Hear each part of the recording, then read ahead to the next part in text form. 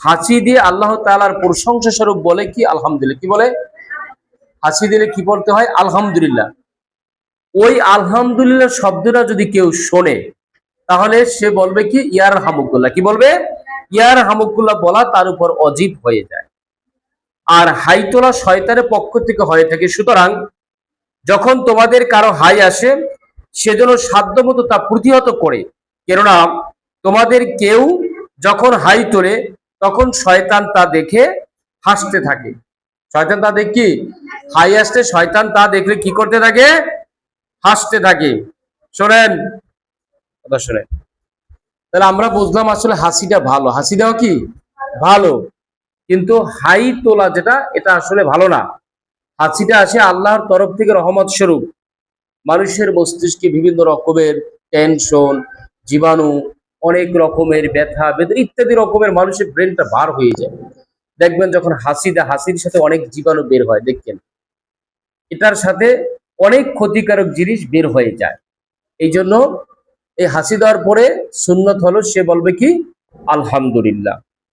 এই আলহামদুলিল্লাহ শব্দটা যে শুনবে পাশে বৈশা, বুঝেন, অন্য কোনো মুসলমান, তাহলে সে বলবে কি ইয়ার হামুকুল্লাহ। সে কি বলবে? ইয়ার হামুকুল্লাহ। কারণ এক মুসলমান আর এক মুসলমানের উপর কয়টি হক? 6টি হক। কয়টি হক?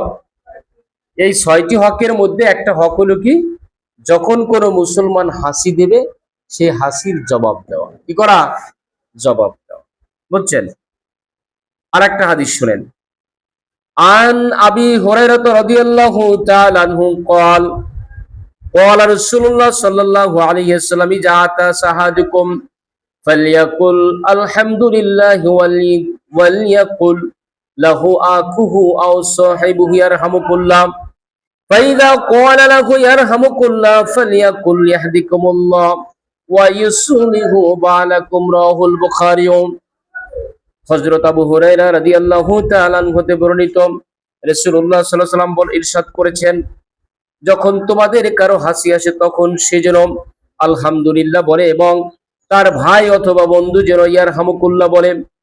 যখন উত্তরদাতা ইয়ারহামুকুল্লাহ বলেন তখন হাসিদাতা যেন আবার পুনরায় বলে ইয়াহদিকুমুল্লাহ ওয়া ইসলিহু বালাকুম।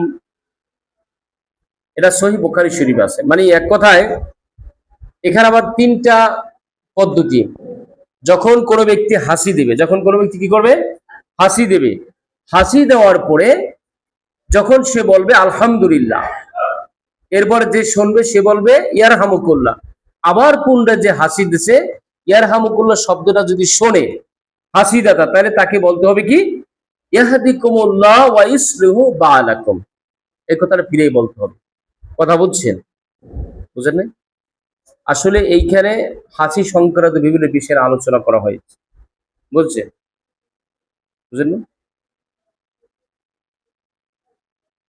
দেখবেন যে মানুষের শরীরটা যখন আসলে খারাপ হয় বারবার কিন্তু হাই আসতে থাকে যদি, আর এই হাইটা কিন্তু আসলে হাই তোলা, এটা কার তরফ থেকে আসে? শয়তানের তরফ থেকে আসে। এটা কিন্তু প্রোটেক্ট করতে হবে। কি কাজে করতে হবে? যখন হাইটে আসে মুখে টি দিতে হবে। কি করতে হবে? মুখে এরম করবেন। আর যদি নামাজ আসে তখন এভাবে করবেন। বুঝলেন? নামাজে সরি নামাজের বাহির আসলে এভাবে করবেন, আর নামাজের ভিতরে আসলে এভাবে করবেন। বুঝছেন? এটা হলো হাই আসতে নিয়ম। আর হাসিদাতার নিয়ম তো আপনারা জানছেনই। ঠিক আছে? আর একটা হাদিস শুনি আমরা, দেখেন। আন আনাসিন রাদিয়াল্লাহু তাআলা আনহু قال আতাসা রাজুলান ইনদা নবী সাল্লাল্লাহু আলাইহি সাল্লাম فشمت احدهما ولم يشمت الاخر فقال رجل يا رسول الله شمت هذا ولم تشمتني قال ان هذا حمد الله ولم تحمد الله متفق عليه। এটা বুখারী ও মুসলিম শরীফে এসেছে। হযরত আনাস রাদিয়াল্লাহু তাআলা আনহু থেকে বর্ণিত, দুজন লোক নবী করিম সাল্লাল্লাহু আলাইহি সাল্লামের সামনে হাসি দিল। তিনি তাদের একজনের হাসির জবাব দিলেন, কিন্তু অপরজনের হাসির জবাব দিলেন না। তখন লোকটি বলল, হে আল্লাহ তাআলা রাসূল, আপনি এ ব্যক্তির হাসির জবাব দিলেন কিন্তু আমার হাসির জবাব দিলেন না। তখন তিনি বললেন, নিশ্চয়ই এই লোকটি আলহামদুলিল্লাহ আল্লাহ তাআলার প্রশংসা করলো, কিন্তু তুমি আল্লাহ তাআলার প্রশংসা করনি। এই জন্য মানে এখান থেকে আমরা বুঝলাম কি বলেন তো, এখান থেকে আমরা বুঝলাম, তিনটা হাদিস পড়া হয়ে গেছে, আর লাগবে না, মোটামুটি অনেক হাদিস আমাদের পড়া হয়েছে। এবার সিলেবাস আসলে আমরা সিলেবাসের আলোকে